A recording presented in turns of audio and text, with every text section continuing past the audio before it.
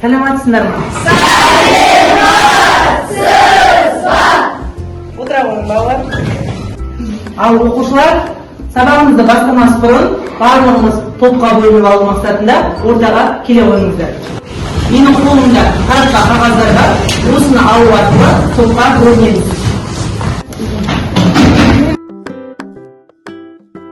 Оқушылар, қолдарыңызға алған қағаздарыңыз бойынша микролит тобы бірінші партаға келе қойыңыздар.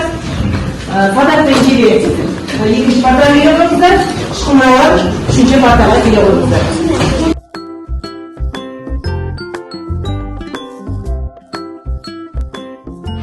Балалар, егер де сендер археолог болсаңдар, мына заттарды не мақсатта пайдаланатын едіңдер? Кім айтады кәне?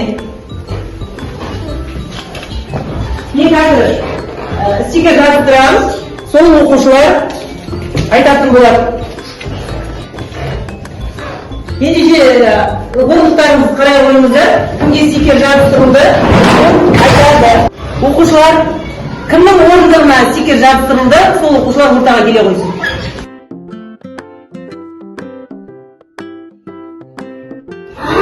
Егер де сен археолог болып осы заттарды тауып алған жағдайда не істер едің? Бұлар қайдағы заттар? Садақ пен жебе мезолит дәуірінің заттары. Бұны мен ұста алмайтын жануарларды ұстау үшін осы садақ пен жебені пайдаланам. Бұл жерде жаңағы қатты мұз басқан кезде біздің ірі жануарларымыздың жойылып кетуіне байланысты ұсақ қолға ұстатпайтын жануарлар пайда болды. Соны ұстау мақсатында осындай садақ пен жебе ойлап табылды. Бұл мезолит дәуірінің басты жаңалығы еді. Алғашқы адамдардың еңбек құралдары тастан жасалған. Және де оларды мысалы пышақ, балта, тағы да басқалар еңбек құралдарын жасады. Барлығын тастан жасады, иә? Және отты да жағу үшін таспен істеп жақты. Тасты тасқа ұру арқылы отты да жаққан болатын. Жақсы. Ақерке? Бұл күштен жасалған қатысты. Бұл малдың қолға үйретуін және өніміне жасалған қатыстар. Неолит дәуіріндегі заман деп айтуға емес, қыш ыдыстар заманында деп айтуға да болады. Жалпы өнімдерін сақтау мақсатында қыштан құмыралар жасаған екен. Жақсы, жарайсыңдар. Ендеше балалар, біздің бүгінгі сабағымыз адамдардың шаруашылық өміріндегі өзгерістер және еңбек құралдарының жетілдірілуі кезеңіндегі жануарларға ерекше әсер еткен. Бұл дәуірде мамонт пен мүйіз тұмсық сияқты ежелгі жануарлар жойылып кетті.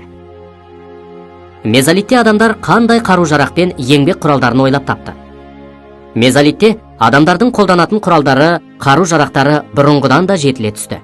Бұл дәуірде адамдардың аң аулау тәсілі жетілді. Жылдам жүгіретін ұсақ аңдар пайда болып, адамдар жебе мен садақты аң аулауда жиі қолдана бастады. Жебе мен садақты пайдалану адамдардың аңды жеке жүріп аулауына мүмкіндік берді. Мезолит кезінде доғал және домалақ ұшты жебелер пайда болды. Бұны адамдар терісі бағалы аңдарды, сонымен қатар құстарды аулау үшін пайдаланды. Бұл дәуірде аң аулайтын қарудың бұрын болмаған жаңа түрі шықты. Ол бумеранг деп аталды. Бумеранг имек ағаш сияқты аң аулайтын қару. Қазіргі аң аулауға пайдаланып жүрген қақпан мен тұзақты адамдар алғаш рет осы орта тас ғасырында ойлап тапты. Аңшылық одан әрі жетіліп дами түсті. Бұл дәуірдің тағы бір жаңалығы адамдар арасында балық аулау көбейді. Балық аулау суда жүзетін қайықты ойлап табуға әсер етті. Мезолит кезеңінде өзендер мен көлдерде балықтар көп болған. Осы кезеңде мал шаруашылығы мен егіншіліктің алғашқы белгілері біліне бастады. Тас тілетін арнайы құрал пайда болды.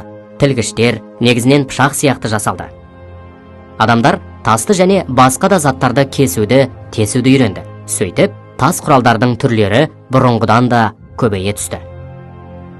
Жаңа тас ғасыры неолитте қандай өзгерістер болды?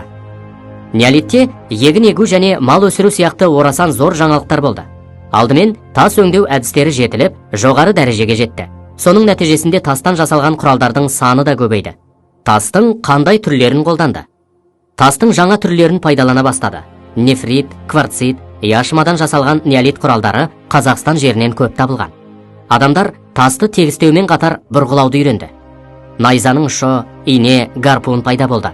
Неолитте екі түрлі материалдан жасалған құрамалы құралдар шықты. Мұндай құралдарға жүзіне өткір ұсақ тастар қондырылған пышақ пен орақтар жатады. Неолит кезеңінде садақ пен жебені көп қолданғандықтан, оның түрі бұрынғыдан да жетіле түсті. Неолиттің тағы бір жаңалығы ыдыс аяқ жасау. Ыдыс жасауға саз балшықты пайдаланды. Алғашқы ыдыстардың сыртындағы өрнектерде геометриялық стиль көп кездеседі. Бұл кезеңнің басты ерекшеліктерінің бірі адамдардың жабайы жануарларды қолға үйрете бастауы. Ең алғаш адамдар үй жануары ретінде алдымен итті қолға үйретті. Осыдан кейін ғана мал өсіру ісі қолға алынды. Адамдар жер өңдеудің жаңа түрін ойлап тапты. Осылайша егіншілік кәсібі дамыды. Неолит кезеңінде алғашқы кен өндірісінің негізгі белгілері пайда болды. Сонымен, неолит кезеңінің ерекшелігі өндіруші шаруашылықтың және өнімді еңбектің болғанына көзіміз жетті. Мұның бәрі тарихта неолит. Оқушылар, сабағымызды ары қарай жалғастыру мақсатында мына бейнеге қарап, қандай сурет көріп отырсыздар, осыны әңгімелеп, шарт әңгіме жазсаңыздар, қысқа-қысқа. Оқушылар, бұл запқаны кім оқиды? Адамдар андарды ұстап, бұлтқа пісіріп жатыр. Ежелгі адамдар орманға найзағай түскенде жануарлардың еттері пісіп, соларды жей бастады. Сонда адамдар етті пісіргенде тәтті болатынын біліп, екі тасты бір-біріне ұрып от жаға бастады. Келесі тапсырмамыз табиғи дайын өнімдерді пайдаланатын шаруашылық. Яғни терімшілік пен аңшылық. Терімшілікке қандай өнімдерді теріп жеді, аңшылықта қандай аңдарды аулады. Ежелгі адамдар жұмыртқаны терді, жеміс-жидектерді терді, сосын жарайды. Аю және мамонт ұстайды. Адамдар оларды өлтіріп жейтін еді. Оларды қалай аулады? Тобыр болып аулады ма, жоқ, жеке-жеке барып аулады ма? Тобыр болып аулады. Оқушылар, енді зертханалық жұмысқа көшеміз.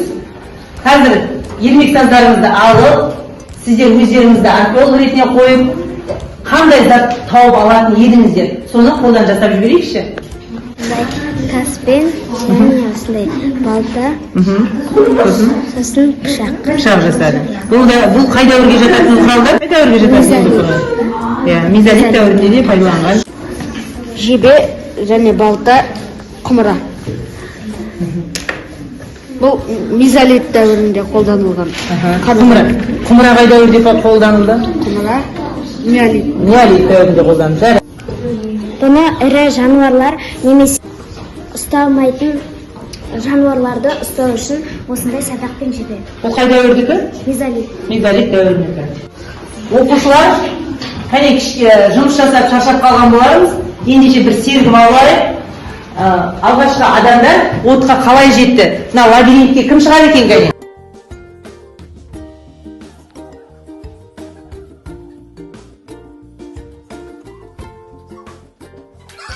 Оқушылар, кішкене сергіп алдық па? Иә. Апай, дүниеге. Тағы да ары қарай. Аяулым келе. Сабақты бекіту мақсатында балалар ақиқат жалған тапсырмасы арқылы бекітейік. Ақиқат. Келесі.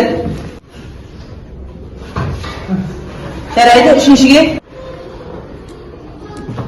Ал ендеше оқушылар, Ақботаның, Нұрасылдың, Ағекенің белгілегені дұрыс па екен? Соны қарап жүрейікші. Мезолит дәуірінде садақ пен жебе пайда болды. Ақиқатта? Дұрыс, иә, ақиқат екен. Неолит дәуірінде адамдар үй жануарларын қолға үйретпеді. Жалған. Үшінші, неолит дәуірінде қышқымырлар заман деп аталды. Бұл ақиқат. Ендеше алдарыңызда кері байланыс жазатын қағаздарыңыз жатыр. Соған осы сабақтан алған әсерлеріңізді жазып, ана хатқа сала қойыңыздар.